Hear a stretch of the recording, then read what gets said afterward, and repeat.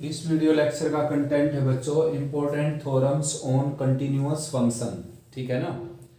तो second exercise जो है 6.2 उसका ये बेसिक है बच्चों। तो स्टार्ट करते हैं। देखो first theorem, if F and ji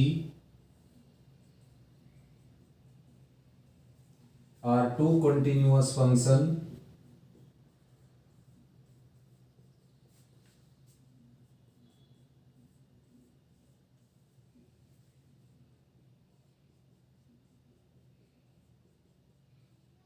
on their common domain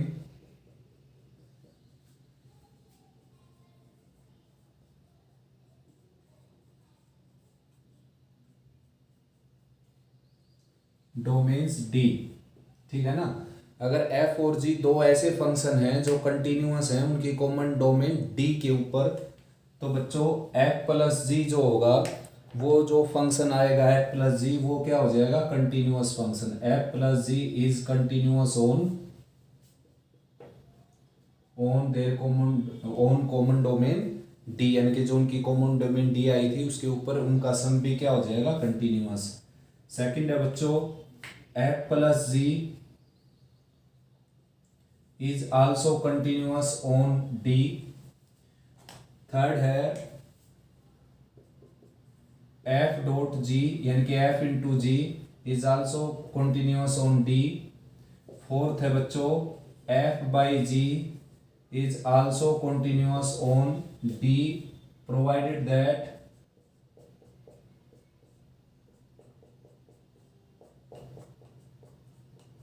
that gx is not equal to zero. ठीक है ना, gx की वैल्यू जीरो ना हो गई। और नेक्स्ट है बच्चों fifth, c into F is also continuous on d where c is any real number. ठीक है ना। तो स्टार्ट करते हैं। फर्स्ट थ्योरम देखिए। कोई भी फंक्शन कंटिन्यूअस जब होता है बच्चों, जब limit x approach to a F X जो है वो हो जाए f ऑफ a के इक्वल। ठीक है ना। अब जैसे ये फंक्शन कंटिन्यूअस है f और g इनकी डोमेन के ऊपर, तो ये इनकी डोमेन में हर किसी रियल नंबर के ऊपर कंटिन्यूअस होंगे। तो मैं लेट कर लेता हूं, let a belongs to domain of g, common domain of g and f that is d। ठीक है ना। तो d से बिलोंग्स करता है a, तो भाई since f is continuous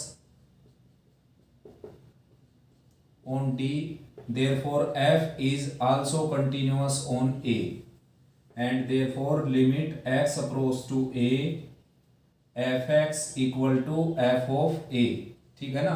similarly gx जो है वो कंटिन्यूअस है d के ऊपर, तो gx a के ऊपर भी कंटिन्यूअस हो जाएगा और उससे क्या आ जाएगा, limit x approach to a gx is equal to g of a। ठीक है ना। अब आपने चेक करना है limit x approach to a F X plus G X, जो कि क्या हो जाएगा बच्चों, limit x approach to a F X plus limit x approach to a G X. तो इसको हम लिख सकते हैं f of a plus g of a that is equal to f of plus g of a। तो वे function prove हो गया कि f प्लस जी भी क्या हो जाएगा, a के ऊपर कंटिन्यूअस। ठीक है ना। f और g अगर a के ऊपर कंटिन्यूअस है तो नेक्स्ट f माइनस जी, तो यहाँ पर f माइनस जी लेकर चलेंगे। देखिए यहाँ पर माइनस का साइन आ जाएगा, ये माइनस का साइन हो गया, तो f माइनस जी भी क्या हो जाएगा, कंटिन्यूअस हो जाएगा a के ऊपर। यानी कि f और g अगर कंटिन्यूअस है d के ऊपर, तो f माइनस जी भी d के ऊपर क्या हो जाएगा, कंटिन्यूअस। नेक्स्ट है बच्चों एफ एक्स इंटू जी एक्स लेकर चलते हैं, तो एफ एक्स इंटू जी एक्स भी क्या हो जाएगा बच्चों, continuous on their common domain D. ठीक है ना। नेक्स्ट है एफ बाई जी लेकर चलते हैं, एफ डिवाइडेड बाई जी है, ये देखिए f divided by g, f divided by g और f of x by g of x, यानी कि f of a by g of a that is equal to f of f by g of a provided that ga is not equal to 0। यानी कि वो value छोड़ दी जाएंगी यहाँ पर जो जी एक्स को जीरो बनाती है। तो भाई अगर f और g दो कंटिन्यूअस फंक्शन है on their common domain d, then f by g is also continuous on their common domain that is d। उसके बाद c इंटू एफ और चेक करना हमने लास्ट वाला ये। तो f कोई कंटिन्यूअस फंक्शन है बच्चों, तो से कंडीशन कंप्लीट हो जाएगी, limit x approach to a F x is equal to f of a.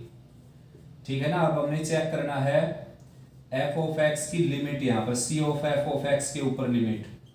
तो आप जानते हो कांस्टेंट के ऊपर यानी कि फंक्शन सी के ऊपर लिमिट अलग लग जाएगी और यहाँ पर अलग लग जाएगी बच्चों F of x.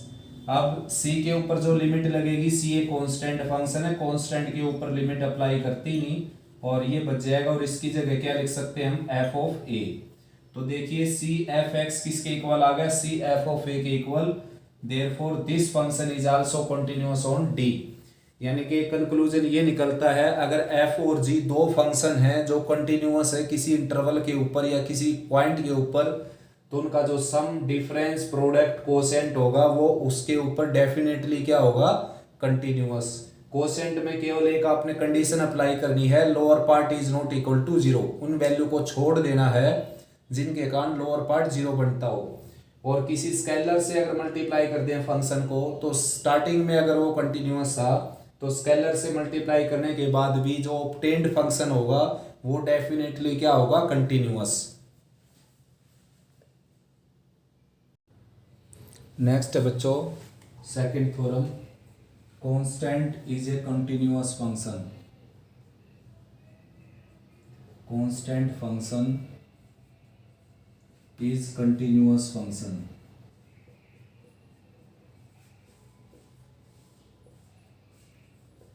Constant function जो होता है वो होता है कंटिन्यूअस फंक्शन, ठीक है ना। तो भाई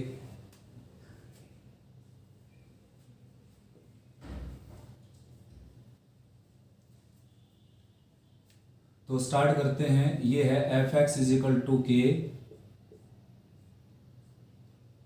F x equal to k, ये है constant function where k is any constant.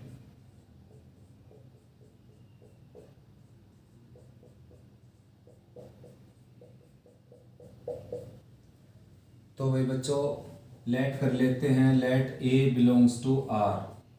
Constant function की डोमेन होती है रियल नंबर, तो ए कोई भी रियल नंबर है तो इसमें हम लिमिट निकालते हैं। अब limit x approach to a of k, और आप जानते हो कि कांस्टेंट के ऊपर लिमिट एग्जिस्ट मतलब करती है और सेम टू सेम वही कांस्टेंट दे देती है। अब निकालेंगे f of a, f of a निकालेंगे तो ये तो क्या रहेगा, के ही रहेगा। देखिए अगर एफ एक्स आपका एक्स माइनस वन है तो एफ वन क्या आ जाएगा आपका, one minus one zero. F two क्या आ जाएगा आपका, टू माइनस वन यानी कि वन। एफ थ्री क्या आ जाएगा आपका, थ्री माइनस वन यानी कि टू। ठीक है ना। तो बच्चों एफ ऑफ ए क्या आ गया, k equal, since limit x approach to a f x is equal to f of a, therefore function is continuous. ठीक है ना। फंक्शन कंटिन्यूअस हो गया ए के ऊपर यानी कि इसकी रियल डोमेन के ऊपर। नेक्स्ट है बच्चों identity function.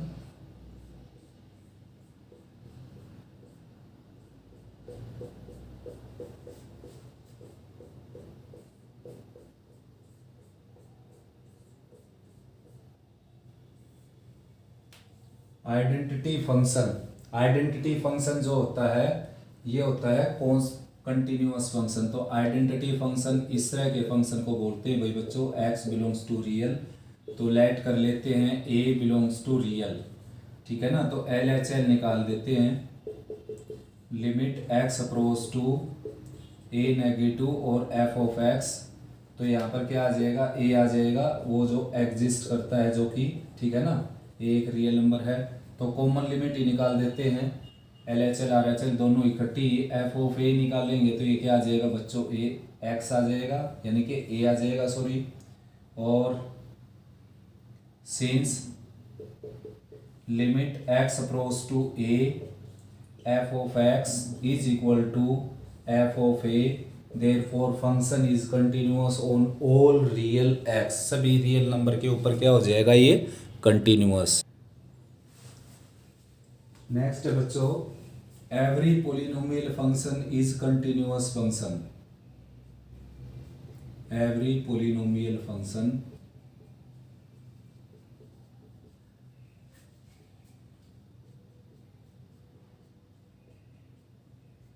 is continuous function।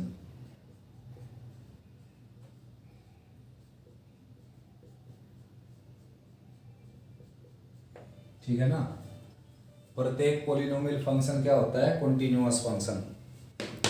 तो भाई स्टार्ट करते, देखो सबसे पहले मैं आपको बताऊं पोलिनोमियल होता क्या है।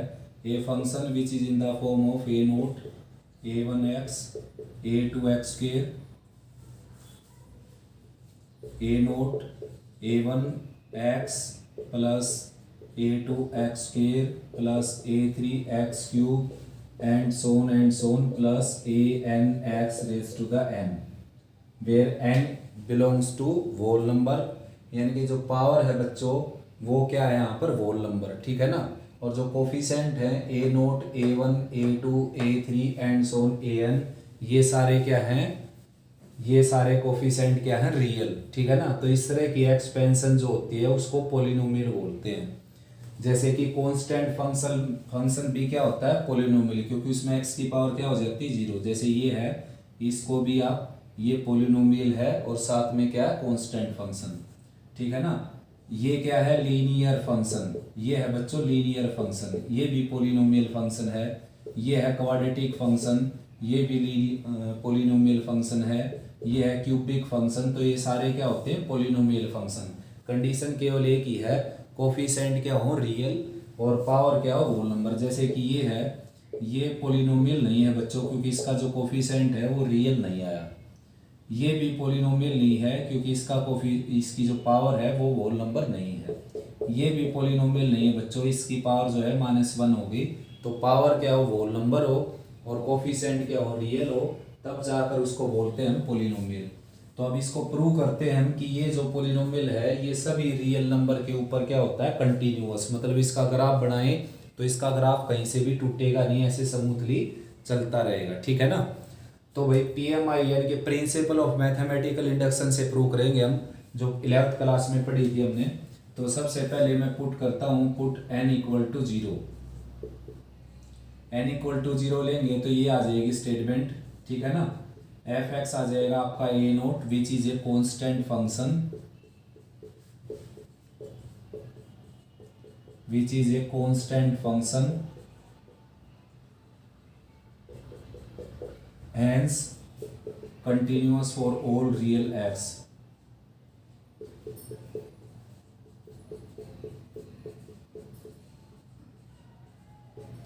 for all real x,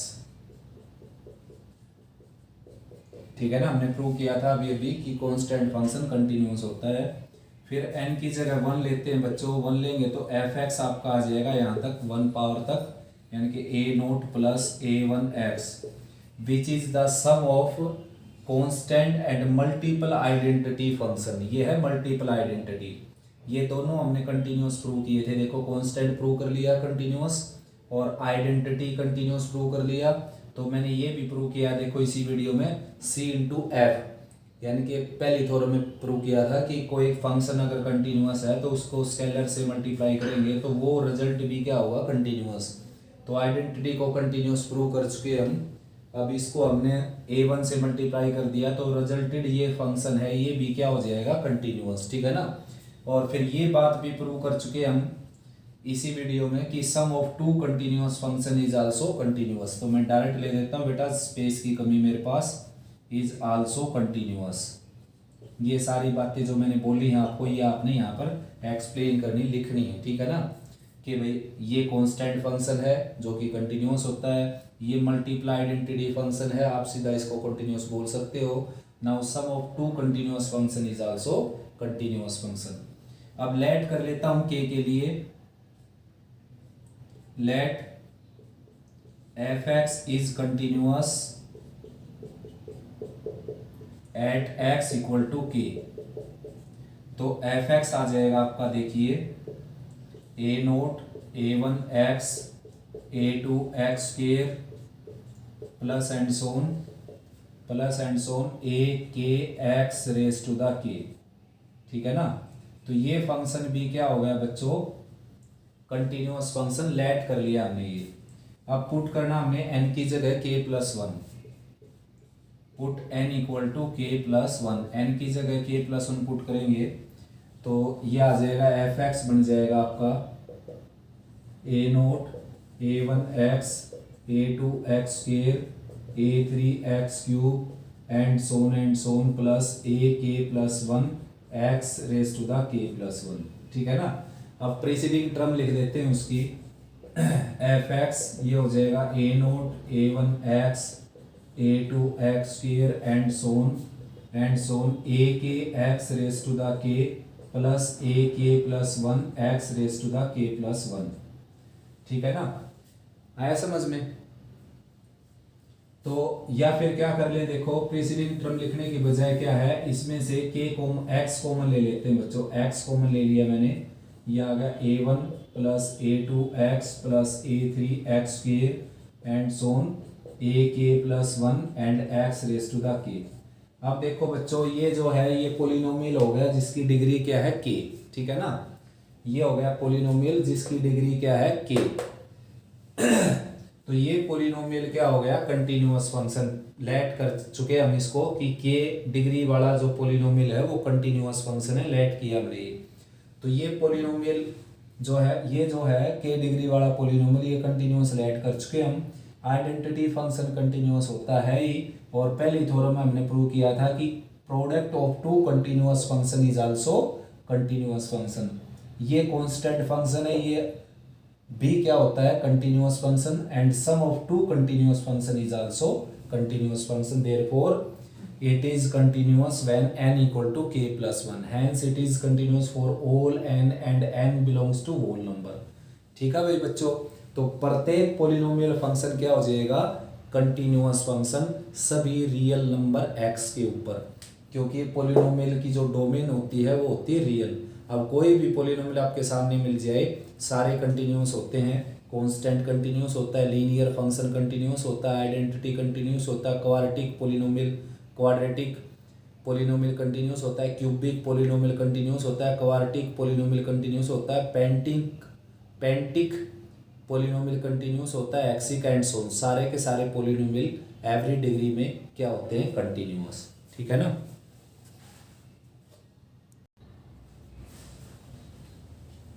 next बच्चों, rational function. Every rational function is also continuous function.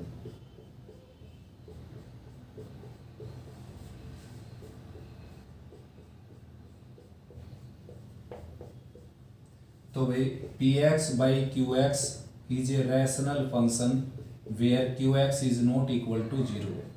ठीक है ना। और रैशनल में आप जानते हो जिसका अपर पार्ट भी पोलिनोमियल फंक्शन और लोअर पार्ट भी पोलिनोमियल फंक्शन हो उसको बोलते हैं रैशनल फंक्शन। ठीक है ना। तो भाई बच्चों px पोलिनोमियल है, therefore it is continuous. Polynomial होने के कारण क्या हो जाएगा, ये continuous. Every polynomial function is continuous function. gx polynomial है इसलिए क्या हो जाएगा, ये कंटिन्यूअस। अब दोनों की कॉमन डोमेन के ऊपर px by qx भी क्या हो जाएगा, कंटिन्यूअस, क्योंकि आपने पढ़ रखा है quotient of two continuous function is also continuous function provided that lower part is not equal to 0। यानी कि अपर पार्ट अगर कंटिन्यूअस है, लोअर पार्ट अगर कंटिन्यूअस है, तो कंप्लीट फंक्शन भी इनकी दोनों की कॉमन डोमेन के ऊपर क्या हो जाएगा, कंटिन्यूअस। ठीक है ना। नेक्स्ट बच्चों, कोसाइन फंक्शन।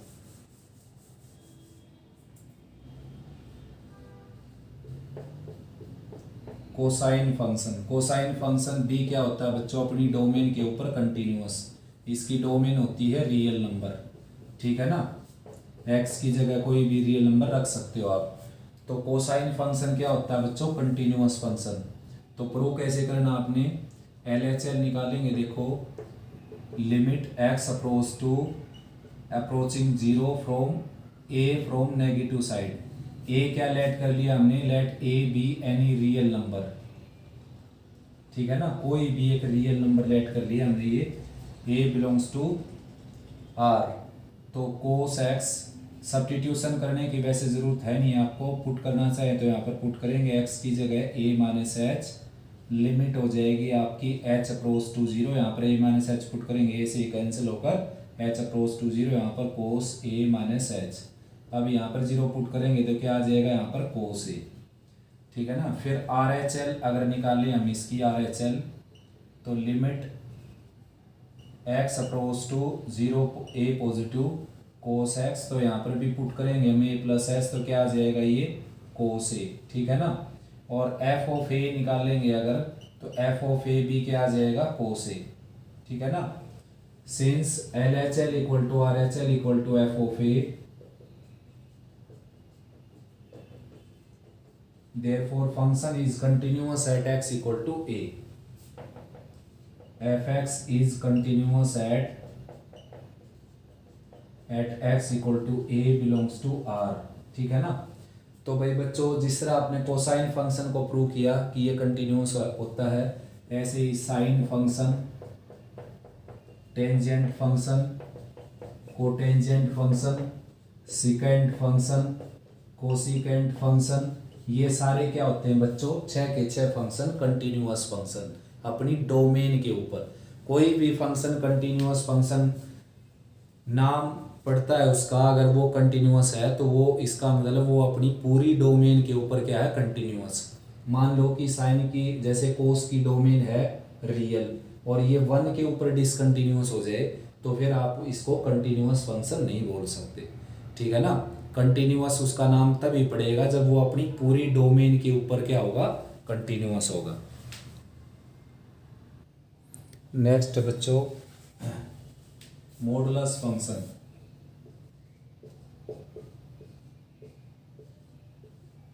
मॉडुलस फंक्शन भी क्या होता है बच्चों, कंटिन्यूअस फंक्शन, ठीक है ना। अब मॉडुलस फंक्शन की डोमेन क्या होती है, रियल, तो सभी रियल नंबर के ऊपर क्या होता है ये फंक्शन, कंटिन्यूअस, ठीक है ना। दो मेथड हैं प्रूव करने के भाई, इसको ब्रेक भी कर सकते हो आप, पीस वाइज फंक्शन बना सकते हो ऐसे, minus x when x less than zero, plus x when x greater than equal to zero, ठीक है ना। तो मैं क्या कर लेता हूँ बच्चों, देखो मैं कर लेता हूँ यहाँ पर let a belongs to real b any real number, ठीक है ना। एनी आर्बिट्रेरी नंबर ले लिया मैंने ये, तो एल एच एल निकालता हूँ इसकी, देखिए आप, limit h approach x approaching A from negative side mode x, तो पुट कर देते हैं बेटा यहाँ पर एक्स की जगह ए माइनस एच, तो ये आ जाएगा limit h approach to zero a minus h with in mod, तो भाई मोडलेस सोल्व करेंगे तो ये आ जाएगा ए माइनस एच, और लिमिट पुट करेंगे तो क्या आ जाएगा, ये ए एग्जिस्ट करता है ये, क्योंकि ए एग्जिस्ट करता है हम लेट करके चले हैं, ठीक है ना। ठीक ऐसे ही आर एच एल निकालेंगे बच्चों, R H L limit x approach to a from positive side और मोड एक्स, तो पुट करेंगे यहाँ पर एक्स की जगह ए प्लस एच, ये आ जाएगा limit h approach to zero, यहाँ पर आ जाएगा a plus h with in mod, तो एच की जगह यहाँ पर जीरो पुट करेंगे तो क्या आ जाएगा ए, ठीक है ना।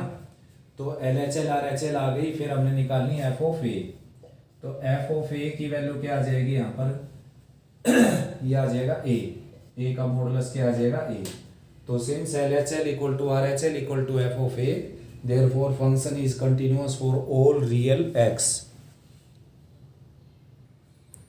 नेक्स्ट बच्चों एक्सपोनेंशियल फंक्शन।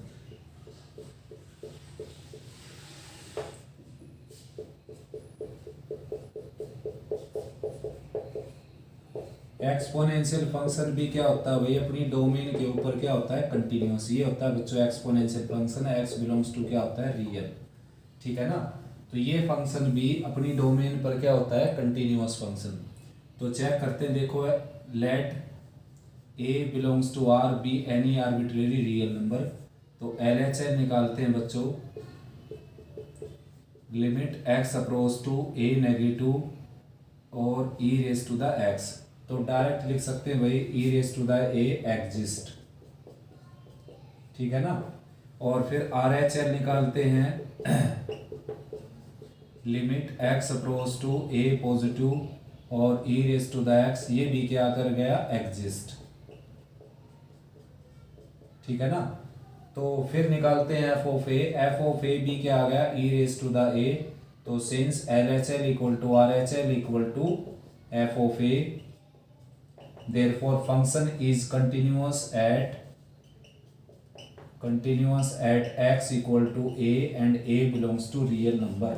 तो भाई एक्सपोनेंशियल जो फंक्शन होता है वो कंप्लीट रियल नंबर के ऊपर क्या होता है कंटिन्यूअस फंक्शन। नेक्स्ट है बच्चों composition of two continuous function is also continuous.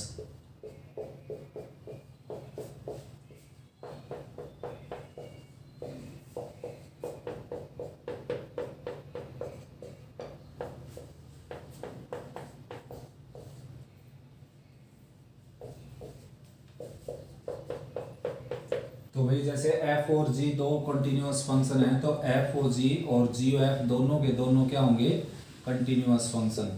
तो बेटा ये मैं प्रूव कर चुका, प्रीवियस वीडियो वॉच कर सकते हो आप 6.1 के बेसिक की, ठीक है ना।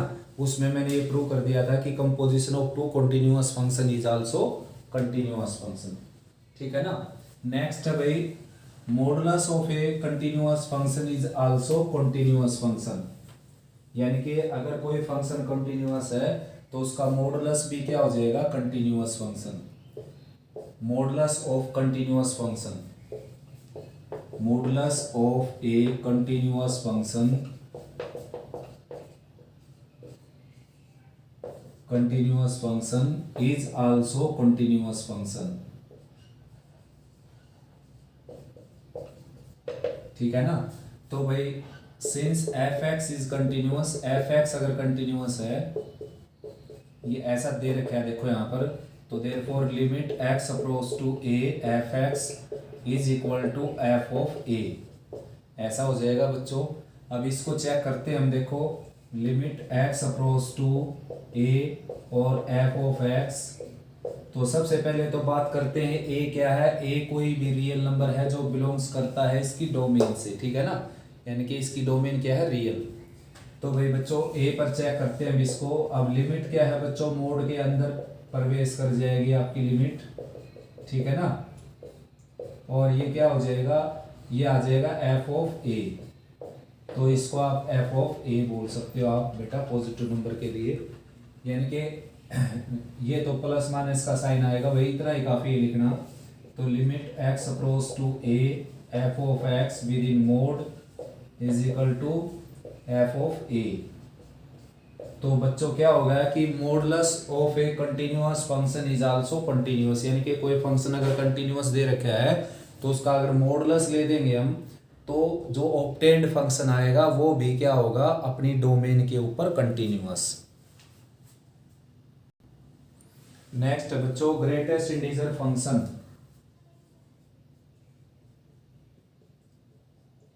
ग्रेटेस्ट इंटीजर फंक्शन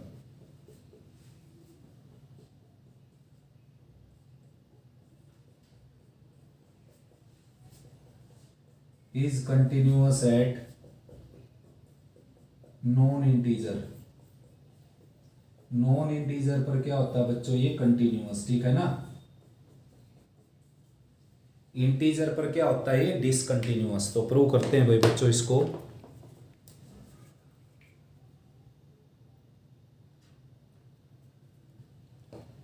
तो ऐसा बच्चों देखो ये है आपका ग्रेटेस्ट इंटीजर फंक्शन, ठीक है ना। और ए को मैं लेट कर लेता हूं, let a be any non integer number, let a belongs to R excluding Z, यानी कि रियल एक्सक्लूडिंग इंटीजर, यानी कि क्या है ये नॉन इंटीजर नंबर, ठीक है ना। तो therefore a can be expressed as L plus k where L is integer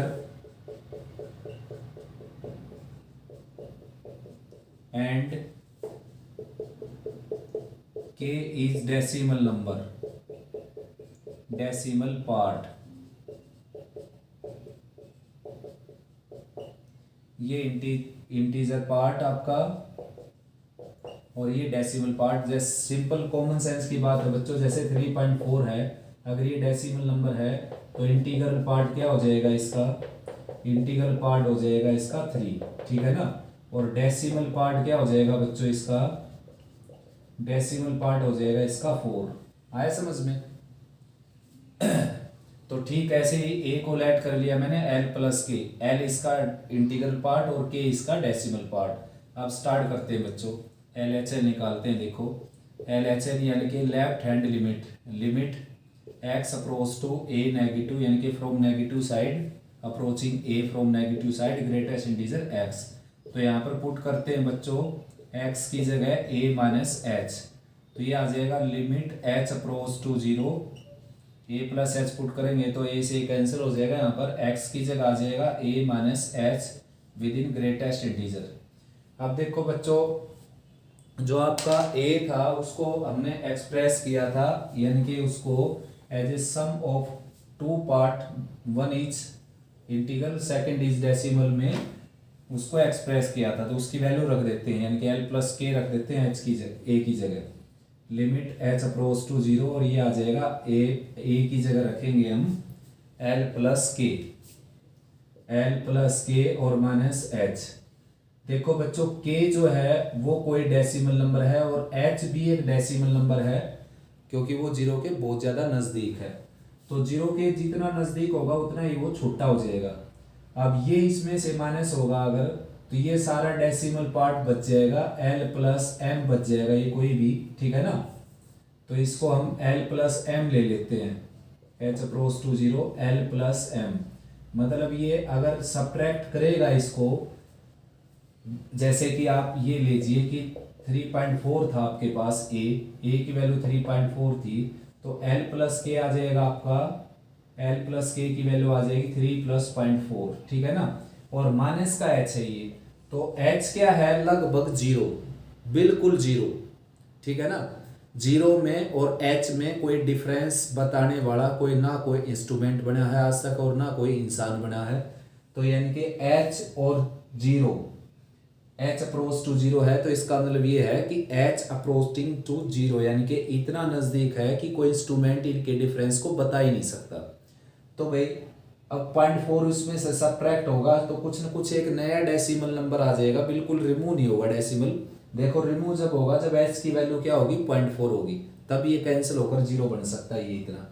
लेकिन बच्चों h जो है वो 0 के नज़दीक है, नियरेस्ट टू 0 है, तो बहुत ही छोटा नंबर है, तो 0.4 को घटाकर ये कुछ ना कुछ डेसिमल पार्ट रखेगा। इसका डेसिमल पार्ट चाहे आप इतना ले लीजिए कि ये इतना रखेगा ये, तो भाई फिर इसका ग्रेटेस्ट इंटीजर तो आप जानते हो क्या होगा, 3 होगा, मतलब लेफ्ट वाला इंटीजर लिया जाता है, तो इसका लेफ्ट वाला इंटीजर लेंगे तो क्या आ जाएगा l, क्योंकि मान लो 3.4 के ऊपर ग्रेटेस्ट इंटीजर लगा हुआ है तो क्या आएगा आंसर 3 के ऊपर लगा हुआ तो क्या आएगा 3.1 के ऊपर लगा हुआ क्या आएगा 3.9 के ऊपर ग्रेटेस्ट इंटीजर क्या आएगा 3, तो ये l प्लस डेसिमल है, मतलब जैसे कि इस तरह है 3 प्लस 0.4, तो 3 प्लस 0.4 के ऊपर ग्रेटेस्ट इंटीजर होगा तो क्या आएगा 3, ठीक है ना।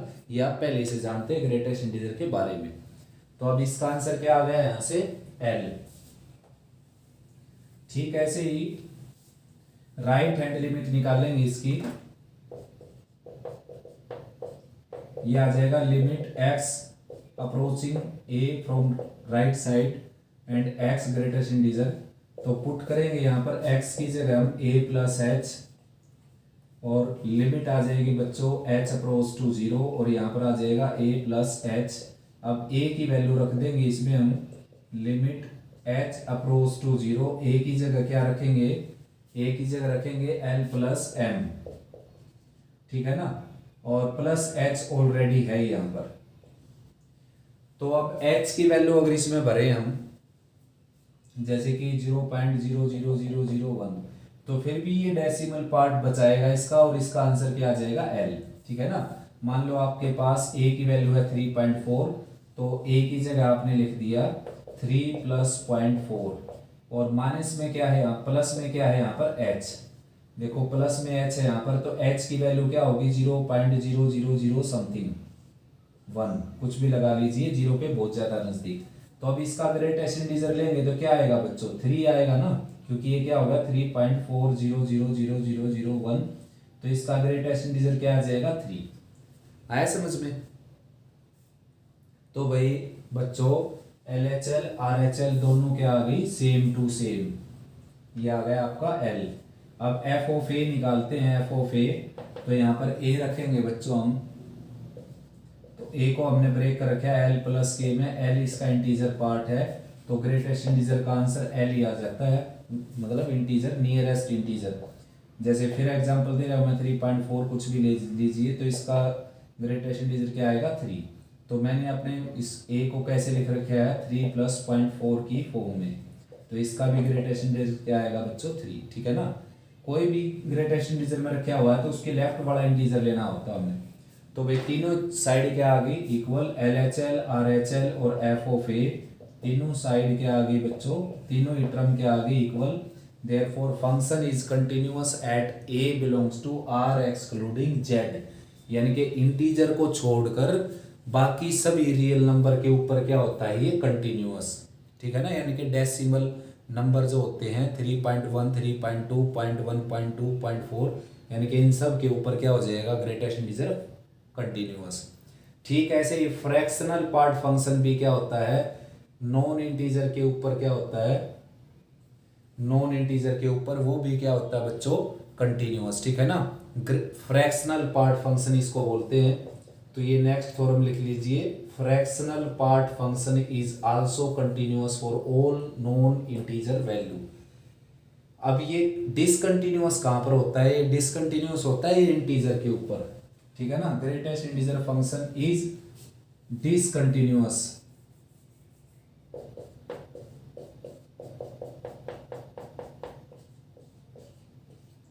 Discontinuous at integer. इंटीजर के ऊपर बच्चों क्या होता है ये डिसकंटिन्यूअस। तो ए को मैं इंटीजर लेट करके चलता हूं, देखो ठीक है ना? तो लेफ्ट हैंड लिमिट निकाली मैंने, ये हो गई, पुट किया मैंने इसकी जगह, और आप जानते हो ये क्या आ जाएगा आंसर a-1। a-1 क्यों आएगा बच्चों, देखो मान लो a की वैल्यू 4 है आपकी 4, तो ये आ गया लिमिट h अप्रोच टू 0 और यहाँ पर 4 minus h।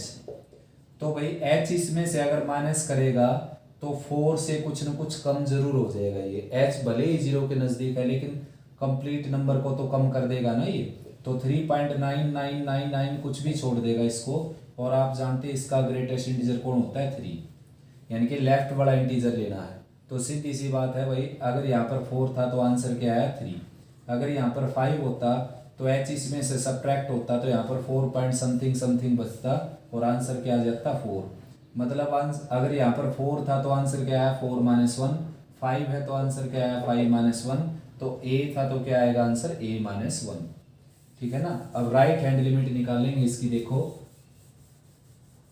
Right hand limit निकालेंगे तो x की जगह a प्लस h पुट करेंगे और इसका आंसर क्या आ जाएगा बच्चों a आ जाएगा। इसका आंसर a क्यों आ जाएगा बता देता हूं मैं आपको। a इसलिए आ जाएगा, मान लो a की वैल्यू यहाँ पर 4 थी तो 4 प्लस h हो गया ये, और लिमिट h अप्रोच टू 0 है, तो h की वैल्यू लगभग 0 है तो 4.0000001 लगा सकते हो आप इसको। h की वैल्यू इसमें ऐड करेंगे तो ग्रेटेस्ट इंटीजर कौन आएगा, इसका लेफ्ट वाला इंटीजर आएगा ना 4। अगर यहाँ पर 5 हो यानी कि a की जगह अगर 5 आ जाता तो क्या हो जाता है, यहाँ पर 5 आ जाता है तो आंसर क्या आ जाता 5। 6 होता तो क्या आ जाता 6 आ जाता, 7 होता तो 7 आ जाता, और a है तो क्या आ जाएगा आंसर a। तो LHL क्या हो गई a-1 और RHL क्या हो गई a। तो since LHL is not equal to RHL, therefore function is discontinuous at x equal to a, that is integer। यानी कि ग्रेटेस्ट इंटीजर फंक्शन इंटीजर पर तो क्या होता है डिसकंटिन्यूअस और नॉन इंटीजर पर क्या होता है कंटिन्यूअस। ठीक ऐसे ही फ्रैक्शनल पार्ट फंक्शन जो है वो इंटीजर पर क्या होता है डिसकंटिन्यूअस और नॉन इंटीजर पर क्या होता है कंटिन्यूअस। ठीक है ना? तो ये थ्योरम कंप्लीट हुई भाई CBSE से रिलेटेड। कंपटीशन इसमें डाल नहीं सकते बेटा, काफ़ी लंबी वीडियो हो जाएगी, उसको अलग से सोचते हैं, ठीक है ना। तो इसको अच्छे से रिवाइज करो, कोई प्रॉब्लम आए तो तुरंत मेरे से डिस्कस कर सकते हो आप।